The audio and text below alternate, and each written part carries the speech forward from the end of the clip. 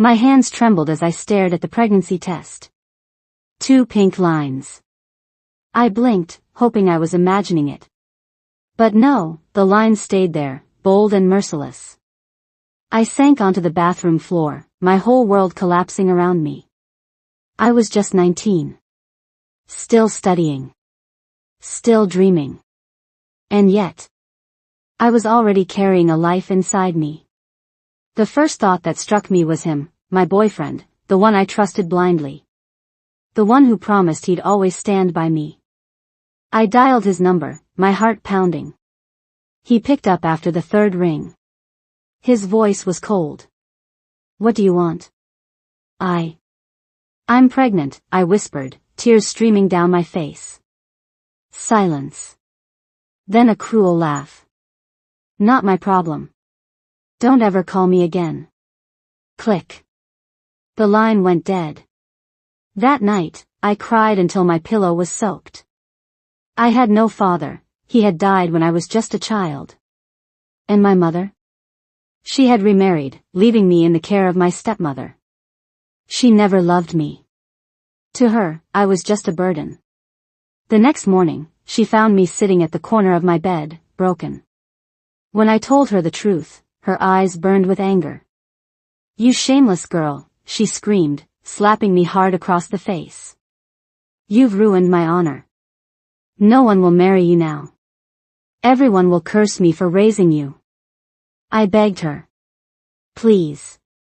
I'll take care of the baby myself. I won't trouble anyone. Just don't." But she had already made up her mind. Within days, she arranged my marriage. When I first saw him, my heart skipped a beat. But not out of love. Out of fear. He was twice my age. A man with streaks of gray in his hair, sharp lines on his face. He looked at me with unreadable eyes, as if he could see right through my soul. I wanted to scream. I wanted to run. But I couldn't. I was trapped. On the day of the wedding, I wore a heavy red dress, my head bowed in shame. People congratulated my stepmother for saving me. But inside, I felt like I was walking toward my own funeral. The night came. The moment I dreaded the most. He entered the room, closing the door behind him. The silence was suffocating. He sat across from me. For a long time, neither of us spoke. Then, finally, I gathered my courage. I need to tell you something," I whispered. His brows furrowed. "What is it?" Tears welled in my eyes. "I'm pregnant." He froze. The color drained from his face. For a long time, he didn't say a word. Then, to my shock, his eyes filled with tears. He turned away, covering his face with his hands. And what happened next made everyone cry. He sat silently for what felt like an eternity. His shoulders shook as he wiped his face with trembling hands. I was terrified. Would he scream at me? Would he throw me out? Would he hit me the way my stepmother always did? Instead, he whispered in a broken voice. "You're pregnant?" I nodded, my lips quivering. "Yes. I found out a week ago. My stepmother forced me into this marriage. I had no choice." His eyes glistened with unshed tears. He leaned back, staring at the ceiling as though fighting a battle inside his heart. Finally, he spoke. "You know, I once had a wife. She was the love of my life." I looked up, startled. "She was everything to me," he continued, his voice cracking. "We tried for years to have a child. Every time she'd smile and say, 'One day, our baby will come.' But that day never came." His lips trembled. "She died, without ever holding a child in her arms. And I buried not only her body but every dream we shared." Tears slid down his cheeks. "My family forced me to remarry. They said a man needs a wife. But I never wanted this. I never wanted to replace her. For the first time since I had met him, I saw the truth. Behind his stern face was a broken man. A man who knew pain. A man who carried scars invisible to the world. And now, I had told him the darkest secret of my life.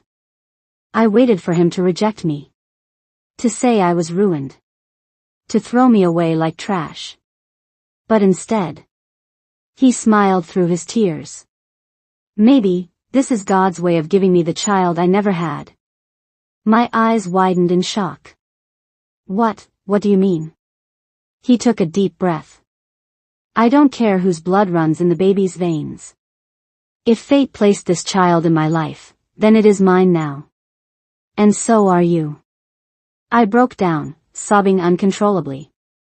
For the first time in months, someone wasn't cursing me. Someone wasn't blaming me. Someone wasn't shaming me. Instead, he was ready to accept me. Accept my child. Accept everything. Why would you do this for me? I asked, choking on tears. He placed his hand gently on mine. Because I know the pain of losing. And I know the pain of being alone. I won't let you suffer what I did. The door creaked open suddenly. It was my stepmother. Her eyes widened when she saw us sitting so close. What's going on here? She snapped. Her voice dripped with suspicion. He stood up, his face calm but firm. She told me everything. My heart skipped a beat. And, my stepmother demanded. She's pregnant. She ruined her honor. You can't. But he cut her off sharply. She's my wife now. And that child is mine. The words echoed in the room. For a moment, my stepmother was stunned. Then her face twisted in anger. You're a fool, she spat. You'll regret this. She slammed the door and stormed out. I sat frozen, my breath shallow. He turned back to me, his voice soft. Don't be afraid. From now on, no one will hurt you. Not even her. That night, I cried again. But for the first time, they were not tears of despair. They were tears of relief. Of gratitude. I didn't know what the future held. But I knew one thing. This man, twice my age, with a broken past, had just saved me from drowning in my own. The days that followed were not easy. Even though my husband stood by me, the world outside was cruel. Whispers followed me wherever I went. She's pregnant already? How shameless, everyone knows that's not his child. Poor man, he married a ruined girl. Their words pierced my heart like knives. I wanted to scream, to tell them they didn't know the truth. But instead, I stayed silent. Because for the first time, I wasn't alone. When I cried, he was there. When I doubted myself, he reassured me. When the world tried to break me, he stood tall and shielded me. One night, as I sat quietly on the bed, he came and placed a glass of warm milk on the table. You need strength, he said softly. For the baby. I looked at him, surprised. You really care? He smiled faintly. Care? I've been waiting my whole life for this chance. To feel a child grow in my home. To hear tiny feet running across the floor. To be called father. Tears filled my eyes again. I didn't deserve this kindness. Not after all my mistakes. You don't have to love me, he continued gently. But at least let me love this child. I nodded, unable to speak. But not everyone shared his kindness. My stepmother was furious. She would visit often, her eyes full of venom. You think you're lucky, she hissed one day when he wasn't home. Don't forget, you're carrying a sin inside you. One day, he will hate you for it. Men always do. Her words shook me. What if she was right? What if he was only pretending? What if one day he looked at my child and saw nothing but betrayal? Months passed. My belly grew. So did my fears. But my husband never changed. Every evening, he'd return home tired, yet his face would light up when he saw me. He'd place his hand on my stomach, whispering, "Hello, little one. It's your father." And each time, my heart would ache with guilt. Because deep inside, I knew the truth. He wasn't the father. The day of my baby shower arrived. Relatives gathered, pretending to smile while whispering behind my back. She trapped him with another man's child. Poor fool, he doesn't even realize. But to everyone's shock, my husband stood up in front of them all. "Yes," he said firmly. "The baby isn't mine. But from the moment I married her, this child became my own. Anyone who cannot accept that is free to leave my house." The room fell silent. Some looked away in shame. Others whispered even louder. But me? I broke down in tears. Because for the first time, someone didn't hide me in shame. He claimed me, in front of the world. That night, I whispered to him, "Why do you defend me when everyone mocks you?" He looked at me with tired but gentle eyes. "Because I know what it feels like to lose everything. And I refuse to lose you. Or this child." But while my heart slowly began to trust him, my stepmother was plotting something darker. She wasn't done with me. Not yet. I caught her one afternoon speaking to someone on the phone. "She will not live happily. I'll make sure of it. This marriage won't last long." My blood turned cold. I didn't know what she was planning. But one thing was certain. She wasn't going to let me have peace. And I was right. Because what happened next shook my world all over again. The months of pregnancy were a storm of emotions. Sometimes I felt happiness when the baby kicked. Sometimes I drowned in guilt, remembering the man who abandoned me. But most of all, I felt fear. Fear of what my stepmother might do. She visited less often now, but whenever she did, her eyes were sharp, her words cutting. "You think this old man will protect you forever?" she sneered. "One day, when he realizes you lied, he will throw you and that bastard child into the streets." I wanted to scream back. He already knows. He accepted me anyway. But the words stuck in my throat. Because deep down, I was still scared. What if she was right? What if all of this was temporary? One evening, I was alone at home. My husband had gone out for work, and the silence of the house was heavy. Suddenly, the doorbell rang. When I opened it, my stepmother was standing there with a small box in her hands. "I brought you sweets," she said with a fake smile. "It's for the baby."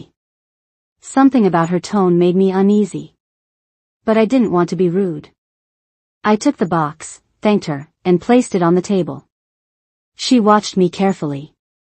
"Eat some now," she insisted. "It's fresh." Her eyes glimmered with something dark. My stomach tightened. I shook my head. "I'll eat later, with my husband."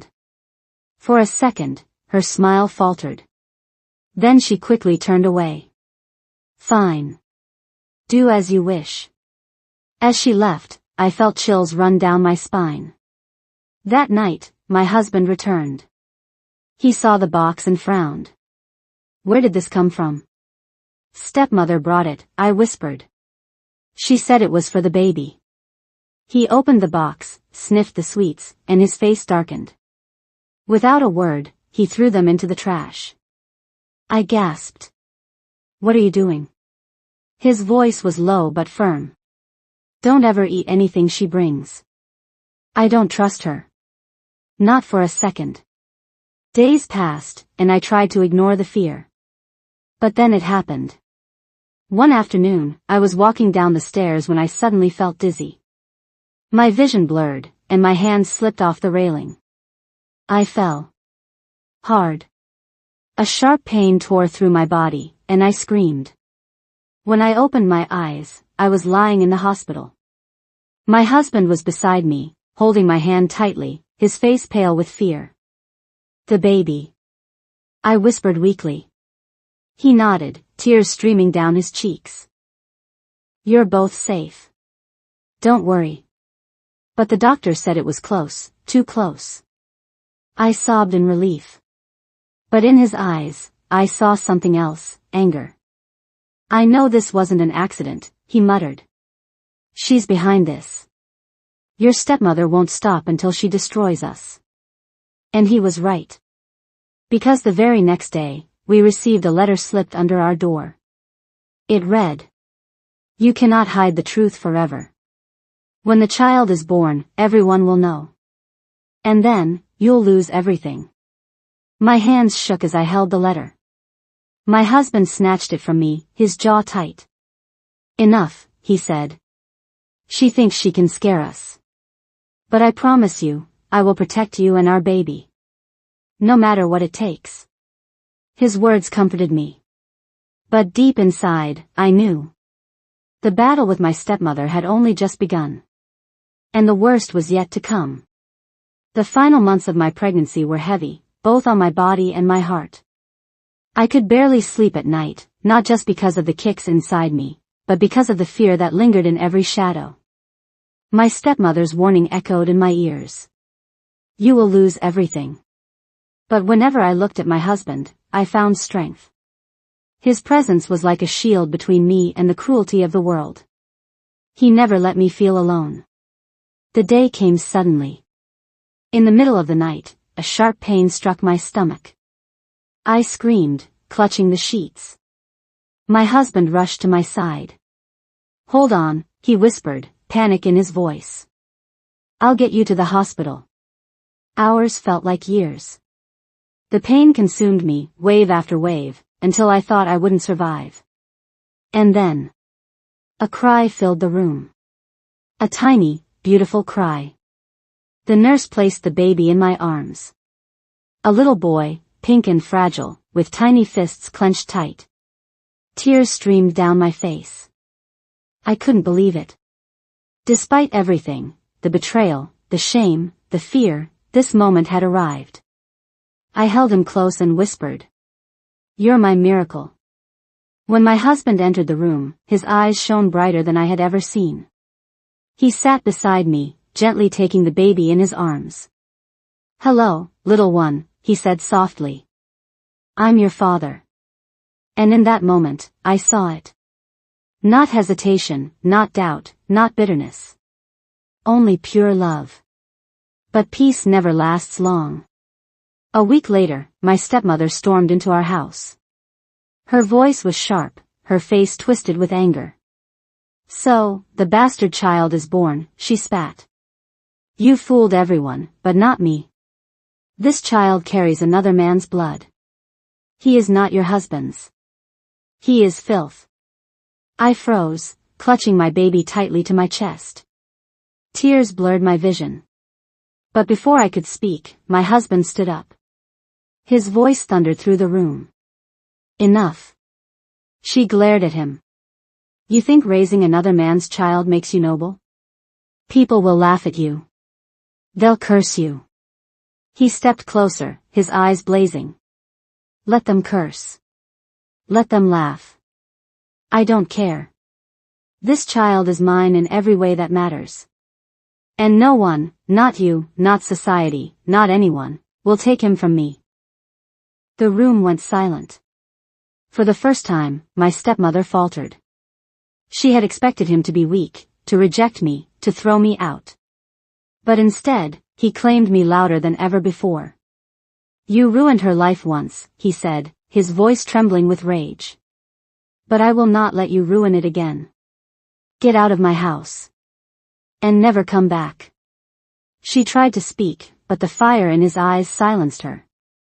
For the first time, she had lost. She turned and stormed out, slamming the door behind her. I sat there, clutching my baby, sobbing uncontrollably. Not because of her words. But because of his. Because in that moment, I realized.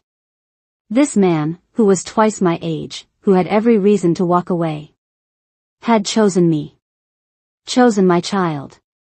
Chosen to stand against the world for us. That night, as I lay beside him, I whispered, Why do you fight so hard for me? I don't deserve it. He looked at me, his eyes soft. You don't need to deserve love. You just need someone willing to give it. And I am. And for the first time in my life, I believed it. I believed I wasn't ruined. I wasn't unwanted. I wasn't a mistake. I was a wife. I was a mother. And I was loved. But little did I know. Life wasn't done testing us. Because what came next was the hardest trial of all. Years passed. The tiny baby I once held in trembling arms was now running through the house, filling it with laughter. We named him Ion, which means, gift of God. And truly, that's what he was, our miracle. Every evening, my husband would sit with him, teaching him stories, showing him how to read. And every night, Ion would curl into my lap, his little hands clutching me as if I was his whole world. For a long time, life was peaceful. For the first time ever. I felt like I had a family. But the past has a cruel way of finding its way back. One afternoon, as I was walking Ion back from school, a familiar voice stopped me in my tracks. It was him. The man who had left me the moment I told him I was pregnant. The man who broke me. He looked older, thinner, his eyes restless. And yet, when he saw the child holding my hand, his lips curled into a smile. So it's true, he said softly. He's mine. My blood ran cold. Ion looked up at me, confused. Mommy, who is this man? I pulled him close, my heart racing. Stay away from us, I whispered, my voice shaking.